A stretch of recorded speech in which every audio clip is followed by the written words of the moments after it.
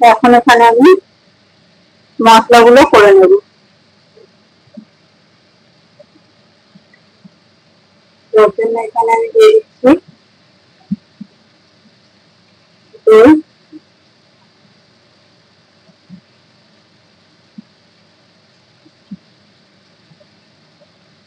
এখানে ঠিক 3 চামচ দই আছে, 3 থেকে 4 চামচ দই হবে।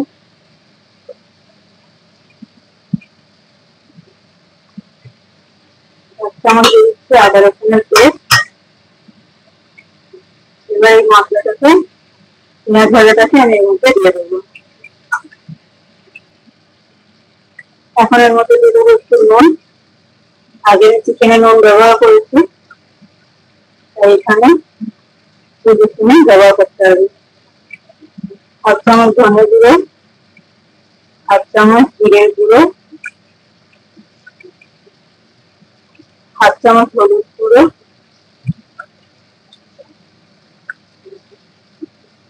অল্প একটু লঙ্কার গুঁড়ো দিয়ে আমি এবার এটাকে, যদি জল লাগে তো 2 চামচ জল দিয়ে এটাকে পেস্ট করে নেব। আমি মশলাটা পুরো পেস্ট বানিয়ে নিয়েছি, আর এখানে মাংসগুলোকে বেশ সুন্দর করে নাড়াচাড়া করে ভাজা ভাজা করে নিয়েছি।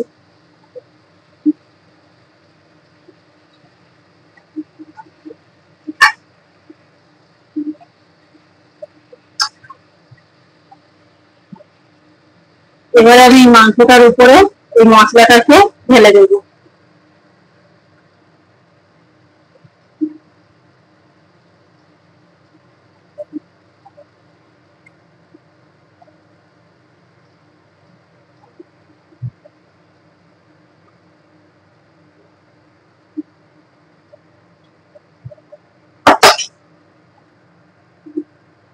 দেখে সব মশলাটা দিয়ে দিয়েছি। এবার আমি চিকেনটাকে পুরো মশলার সাথে সুন্দর করে মেখে নেব, কষিয়ে নেব।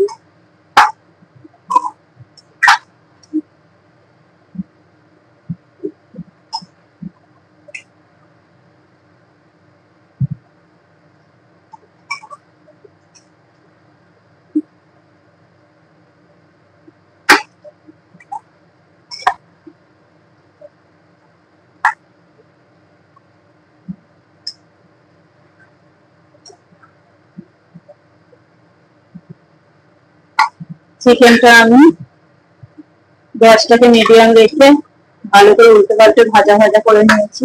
70% হয়ে গেছে, এখনো গ্যাসটা মিডিয়ামে আছে।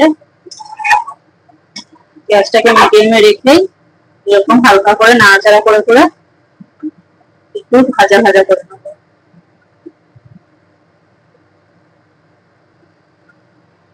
এখানে আমি 2 মিনিট ঢাকা দিয়ে ভালো করে কষিয়ে নিয়েছি।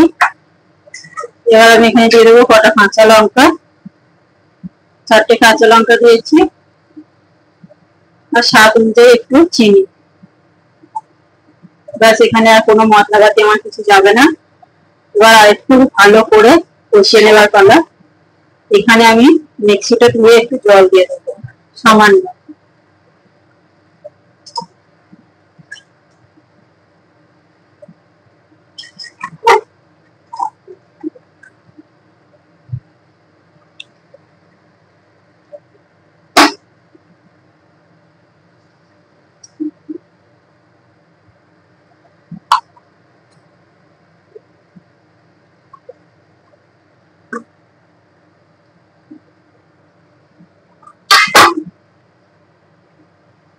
দিয়ে আমি 5 মিনিট ঢাকা দিয়ে দেবো।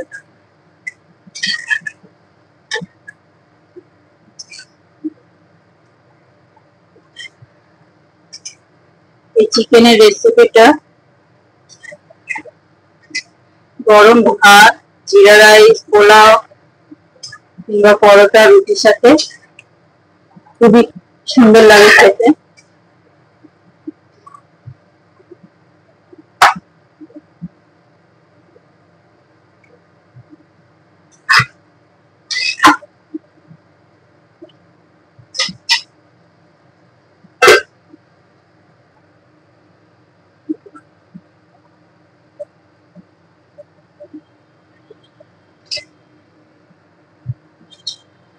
তো দেখুন বন্ধুরা কত সুন্দর দেখতে হয়েছে। আমি কিন্তু এই অবস্থাতেই কড়াইটা বন্ধ করে দেবো। আমার রান্না পুরোপুরি কমপ্লিট।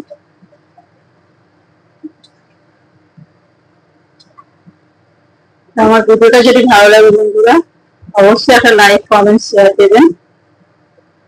আমার ভিডিওটা দেখার জন্য অবশ্যই আপনাদের ধন্যবাদ। আমার চ্যানেলটাকে সাবস্ক্রাইব করে আমার পাশে থাকবেন।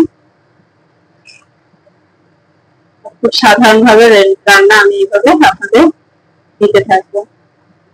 এই রান্নাটা খুবই সহজ একটা রান্না।